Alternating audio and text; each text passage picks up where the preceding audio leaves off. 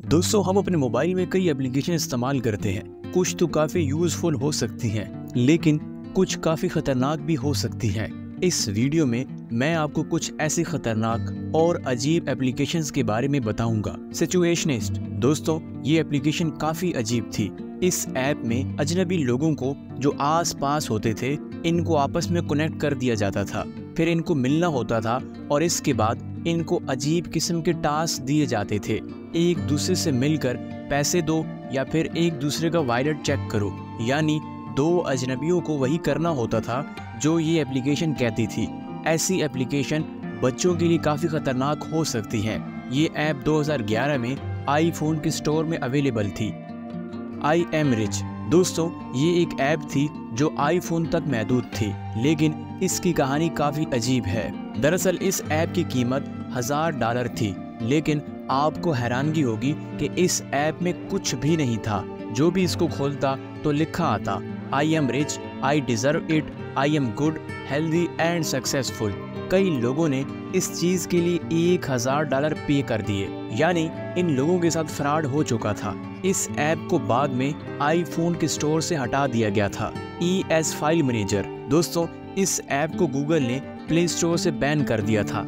इस ऐप को 600 मिलियन लोगों ने डाउनलोड किया था, यानी ये काफ़ी मशहूर ऐप थी जो कि एक फाइल मैनेजर का काम करती थी और मोबाइल में मौजूद डाटा को संभाला करती थी। इस ऐप के अंदर लोगों को फ्रॉड के जरिए एड्स पर क्लिक करवाया जाता था। ये भी कहा गया है कि इस ऐप पर लोगों के डाटा के लीक होने का भी खतरा था और इसी वजह से ही गूगल ने इतनी बड़ी ऐप पर पाबंदी लगा दी थी। RIP VIP दोस्तों, ये ऐप काफ़ी अजीब थी। इस ऐप के अंदर आपको लोगों की मौत की खबरें यानी नोटिफिकेशन मिलते थे। कोई भी मशहूर इंसान मरता है तो ये ऐप लोगों को इस इंसान के हवाले से नोटिफिकेशन भेजती थी। इस तरह की कई ऐप्स प्ले स्टोर पर मौजूद हैं, मगर मुझे लगता है कि ये काफ़ी अजीब है कि आपके मोबाइल पर रोज़ाना कई लोगों के मरने की खबर आ रही हो। बहरहाल इस ऐप की कीमत तकरीबन $1 थी।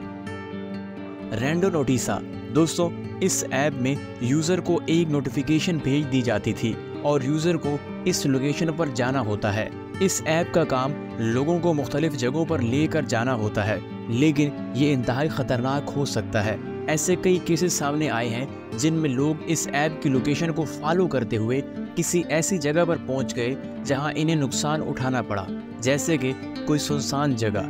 ये ऐप काफ़ी मशहूर हो चुकी है, लेकिन ये काफ़ी ख़तरनाक है। एक ऐसे वाक़ये में इस ऐप ने कुछ दोस्तों को एक जगह भेजा और उनको वहाँ एक बैग नजर आया जिसमें किसी की लाश मौजूद थी। फिर बाद में इसमें पुलिस इन्वॉल्व हो गई। आप सोच सकते हैं कि ये ऐप कितनी खतरनाक हो सकती है।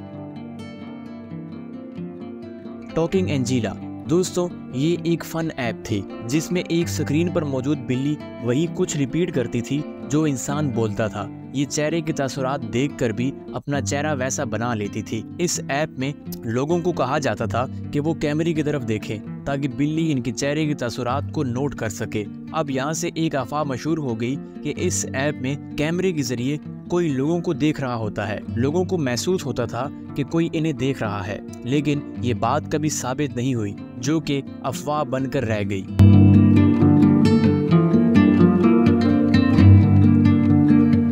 UC ब्राउज़र दोस्तों, ये मशहूर ब्राउज़र भी काफ़ी हैरान कुन है। इसके हवाले से काफ़ी हैरान कुन इंकशाफात मौजूद हैं। कहा जाता है कि ये आपके पर्सनल डाटा को लोकेट करके शेयर भी करता है। अब ये सब दूसरे ब्राउज़र भी करते हैं, लेकिन UC ब्राउज़र ये सब प्लेन टेक्स्ट की सूरत में करता है, जिसको हैक करना बहुत आसान होता है, जबकि दूसरे ब्राउज़र कोड की फॉर्म में शेयर करते हैं। बहरहाल इसके बावजूद UC ब्राउज़र एक कामयाब ऐप है। इसकी डाउनलोडिंग और ब्राउजिंग काफ़ी फास्ट होती है। और आखिर में बात करते हैं गर्ल्स अराउंड मी ऐप की।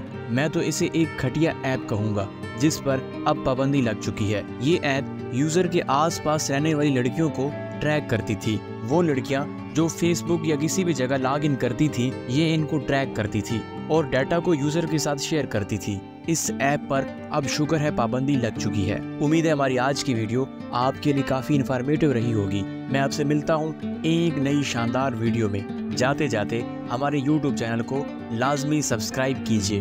और हमें दीगर साइट्स पर फॉलो लाजमी कीजिए। लिंक्स डिस्क्रिप्शन में मौजूद हैं।